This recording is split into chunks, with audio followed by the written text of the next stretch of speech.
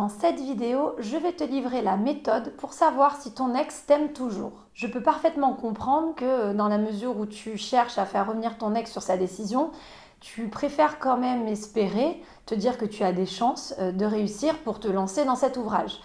C'est une situation qui est difficile. La reconquête amoureuse, je le répète souvent, c'est énergivore. Donc, je me suis dit qu'une vidéo qui te permettrait de déceler si aujourd'hui ton ex t'aime toujours pourrait largement t'aider et te motiver davantage finalement dans ta démarche. Le but de cette vidéo va être de te donner quelques pistes finalement que tu vas pouvoir explorer en ayant peut-être un peu plus d'objectivité sur la situation, puisque je suis bien placée pour le savoir, dans les moments où il y a beaucoup d'émotions, comme tu traverses en ce moment, généralement tu as beaucoup de mal à analyser les faits et gestes de ton ex. Avant de commencer, sache que je t'offre la possibilité gratuitement, en cliquant sur un lien qui se trouve dans la description de cette vidéo, d'accéder en fait à une liste qui va te livrer des conseils appropriés si tu ressens justement que ton ex souffre en ce moment.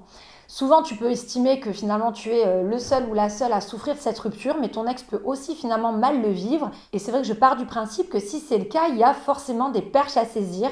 Donc dans ce mail, je t'évoque les signes qui peuvent laisser entendre que ton ex souffre également de la situation et surtout les conseils du coup à adapter si tu te retrouves dans cette situation. Pense à t'abonner à la chaîne si ce n'est pas déjà fait pour bénéficier de tonnes de conseils qui sont à venir vraiment sur le sujet.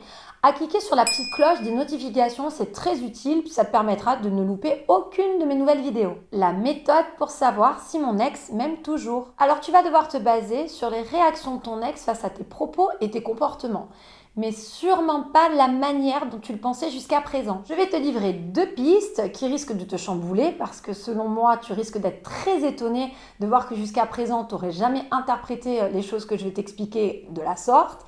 Mais ce sont 2 pistes très utiles justement qui vont te prouver que ton ex est très loin finalement de te désaimer. Alors sache que si ton ex se montre très en colère contre toi, c'est-à-dire que ton ex a une tendance à surréagir finalement à des choses que tu peux dire ou à des comportements que tu peux avoir, c'est fort probable que ce soit parce qu'il y a encore de sentiments très vifs chez lui ou chez elle. Contrairement à ce que tu peux penser, la colère n'est pas du tout aux antipodes de l'amour. Au contraire, c'est extrêmement proche. On le dit souvent d'ailleurs, la haine est le sentiment le plus proche de l'amour. C'est la vérité. Un ex en colère est généralement donc la preuve d'un ex qui n'a pas fait le deuil et je vais te le démontrer. L'inverse de l'amour, c'est plutôt l'ignorance. Or, si tu as affaire à un ex qui te donne la sensation de vraiment être dans la surréaction finalement de ce qui se produit entre vous depuis la séparation, c'est bien la preuve qu'il est tout sauf ignorant. Alors je peux te dire que par expérience, tu aurais plus à craindre finalement d'un ex qui serait complètement lisse face à ce que tu vas lui apporter, à ce que tu vas lui dire, que face à un ex qui, au contraire, est plutôt dans la révolte. Si aujourd'hui tu as affaire à quelqu'un qui te fait encore des reproches par rapport à ce qui s'était produit dans le passé, alors que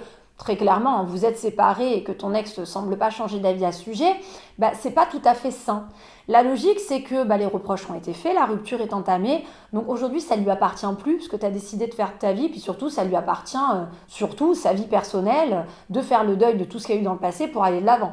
Si ton ex a décidé de rompre, c'est pas pour revenir à chaque fois sur ce que tu n'as pas fait ou ce que tu aurais dû faire finalement dans votre relation passée. À l'inverse, un ex qui ressent vraiment plus rien pour toi, qui serait complètement détaché finalement de la situation, parce que maintenant la rupture est faite et elle est avérée, serait un ex qui finalement te parlerait de plus rien par rapport à ça. Parce que dirigé sur son futur, concentré sur son avenir sans toi, il n'y a plus aucun intérêt en fait à se faire du mal, à repasser sur ces moments-là, à en reparler, à te refaire des tonnes de reproches. Un ex qui est censé donc ne plus du tout rien ressentir pour toi, c'est un ex qui dans la logique aujourd'hui devrait être très lisse. C'est-à-dire que quels que soient les textos que tu as pu envoyer pour essayer de le ou la reconquérir, quels que soient les comportements que tu as pu avoir quand tu vas chercher tes enfants par exemple, ou quand vous êtes censé vous croiser pour récupérer des affaires, tu devrais avoir un ex qui est parfaitement bien, souriant, cool, tu vois, qui donne vraiment la sensation d'être passé à autre chose, guéri de tout, qui n'a plus rien à te dire par rapport à ça et qui donc le vit très bien. Dans un cas de figure où tu as un ex qui va reprendre des nouvelles ou qui même à travers ces nouvelles va encore t'envoyer des pics, c'est la preuve que c'est quelqu'un qui ressent le besoin encore de finalement régler des comptes et qui donc n'est pas complètement passé à autre chose. Un ex qui n'a plus du tout de sentiments est un ex qui passe à autre chose et donc un ex qui est en paix et donc un ex qui n'a pas besoin de ressasser, qui n'a plus de rumination mentale te concernant et qui donc va s'avérer très posé, très calme par rapport à toi. Et même si les textos que tu envoies lui donne pas forcément envie de réagir derrière, ou tu vas être avec un ex qui va complètement t'ignorer, ne va rien relever, mais en tout cas, tu n'auras sûrement pas un ex qui va avoir besoin de te repousser dans tes retranchements, ou encore de t'expliquer que tes progrès c'est bien beau, mais c'est trop tard, qu'il aurait fallu les faire bien avant, qu'aujourd'hui de toute façon rien ne prouve que finalement ces progrès vont s'instaurer dans la durée. Parce que là encore, c'est très révélateur. Une personne qui aujourd'hui te reprend sur tes efforts, te dit que c'est pas suffisant, que tu aurais dû les faire bien plus tôt, ou ressent le besoin de te dire de toute façon t'es comme ça aujourd'hui, mais rien ne prouve que ça continuera dans le temps, ou je te connais, ça recommencera. C'est une personne qui inconsciemment donc s'en soucie, se pose des questions par rapport à ça, et même qui en a peur. La peur que tu redeviennes comme tu étais avant, la peur que ce que tu es en train de vendre aujourd'hui n'est pas sincère, la peur finalement qu'il y ait une forme finalement de manipulation de ta part vis-à-vis de ton ex pour le ou la faire changer d'avis. Sauf qu'une personne qui est passée vraiment à autre chose se fiche complètement que tes changements soient avérés ou pas, se fiche complètement que tes changements soient faits trop tard. Parce que la vérité, c'est que cette personne devrait être contente pour toi et te répondre des trucs du genre « écoute, tant mieux, c'est super, vraiment.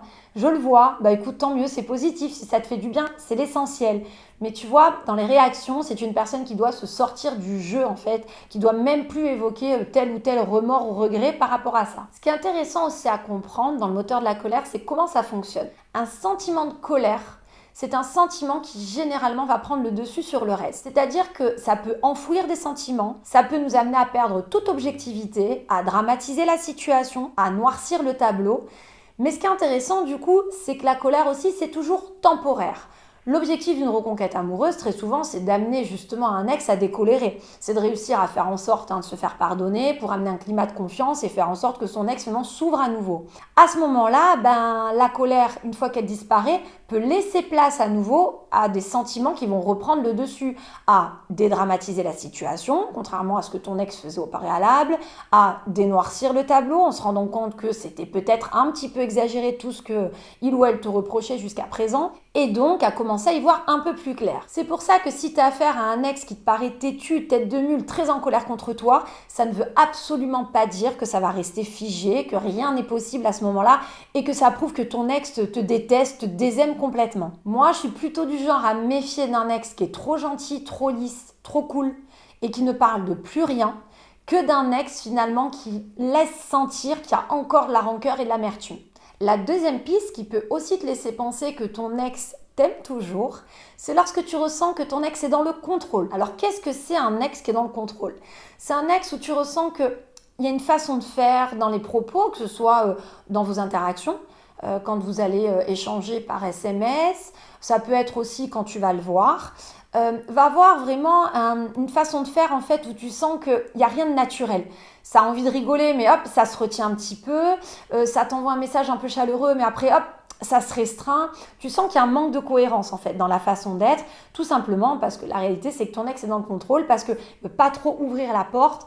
Généralement, c'est par rapport à lui ou à elle. La peur finalement aussi de se laisser un petit peu envahir, non pas que tu sois oppressant ou oppressante, mais plutôt le fait de laisser revenir des sentiments qu'il ou elle n'a pas envie de ressentir pour le moment, parce que justement il ou elle a envie de rester dans le contrôle pour rester cohérent avec sa décision de rupture et pas revenir dessus. Si je devais te faire une analogie hors sentimentale pour par exemple justement ce sentiment de contrôle, tu peux tout à fait l'avoir quand tu sais que tu dois faire attention à tes dépenses et que tu vas te restreindre dans les boutiques. Tu vas pas aller faire du shopping si tu sais que tu dois pas dépenser ce mois-ci.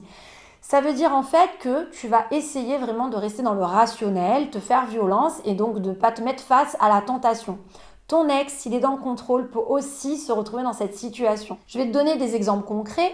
Tu vas proposer quelque chose à ton ex et tu vas recevoir des réponses du genre « Non, écoute, pas pour le moment » ou « Je préfère pas » ou encore « Non, pas tout de suite, tu sais ». Là, clairement, tu n'as pas un nom hermétique en fait, ni un nom fataliste. Tu as plutôt un nom pour le moment qui laisserait envisager que peut-être pourquoi pas par la suite.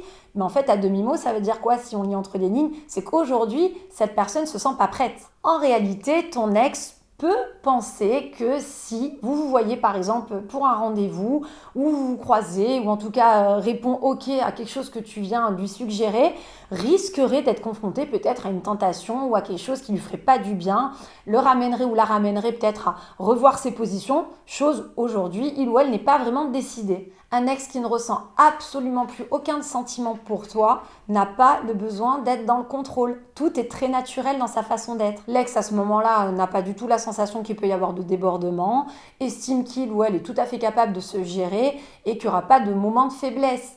Donc ça amène un ex finalement à ne pas pouvoir tenir ce type de propos. En résumé, la méthode pour savoir si ton ex t'aime toujours, c'est surtout de voir s'il y a de la surréaction en fait dans ses façons d'être avec toi. À l'inverse de ce que peut-être tu pensais jusqu'à présent, plus ton ex va te montrer qu'il est lisse, complètement imperméable, complètement détendu face à tout ce que vous pouvez vous dire ou tout ce qui se passe, plus c'est le reflet de quelqu'un qui a peut-être digéré en effet la rupture. Mais si aujourd'hui tu es effrayé à l'idée d'être confronté à un ex qui paraît têtu, qui paraît dur, qui paraît vraiment costaud au niveau de la rancœur et de la rancune, eh ben, contrairement à ce que tu pouvais peut-être penser, c'est peut-être que tu as encore beaucoup de chances de faire changer les choses dans les semaines à venir. N'oublie pas qu'en complément de cette vidéo, tu as la possibilité de cliquer le lien justement dans la description de cette vidéo pour accéder à une liste qui est bourrée de conseils qui sont franchement à saisir si tu estimes peut-être que ton ex souffre également de la rupture.